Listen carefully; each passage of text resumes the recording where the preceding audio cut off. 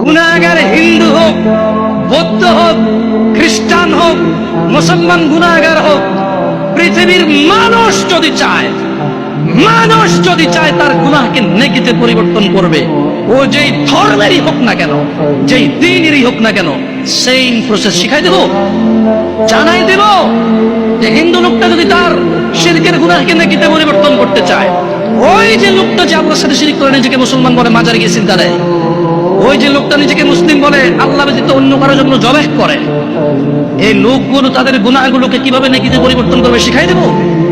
ইল্লা মান তাব, এ হলো মানুষ, এ হলো কি মানুষ, ওর ধর্ম যেটাই হোক। সে বলল যে, সে কি বলল, সে প্রথমে আল্লাহর দিকে আসলো, এসে বলল যে আল্লাহ আমি অন্যায় করেছি। এবার অন্যায় যদি আল্লাহর শিরক হয় তাহলে বলবো যে শিরক করেছি অন্যায়, যদি জানা হয় তাহলে বলবো জানা করেছি অন্যায়, মদ হলে বলবে মদ করেছি অন্যায়। বুঝলেন কথা? আল্লাহর কাছে এসে বলবে আল্লাহ শিরক করতাম আর করবো না, মদ খেতাম আর খাবো না, জানা করতাম আর করবো না, এই ধরনের যে কোনো অন্যায় বলবে যে আল্লাহ এটা আর করবো না। তো আল্লাহ বলছে ইল্লা মান তাব, যেটা অন্যায় অপরাধ যেটাই হোক, সেম অপরাধ থেকে সে কি করলো, ফিরে আসলো। ওয়া আমানা, এবং আল্লাহর প্রতি দৃঢ় ঈমান আনলো। কি আনলো? আচ্ছা, কোন হিন্দু যদি ঈমান আনে সে কি হিন্দু থাকে? খ্রিস্টান ঈমান আনলে খ্রিস্টান থাকে?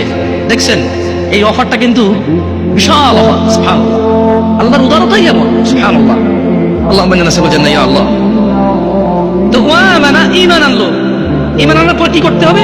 একটা কাজ, ওয়া আমিলা আমালান সালিহা, সৎকর্ম করবে। কি কর্ম করবে? অপরাধ যা করছে তো করে ফেলছে, এখন সৎকর্ম করবে। আল্লাহ বলছে যে তাইলে যদি তওবা করে, ঈমান আনে, ভালো কাজ করে, পিছের সব খারাপ কাজ নেকি হয়ে যাবে।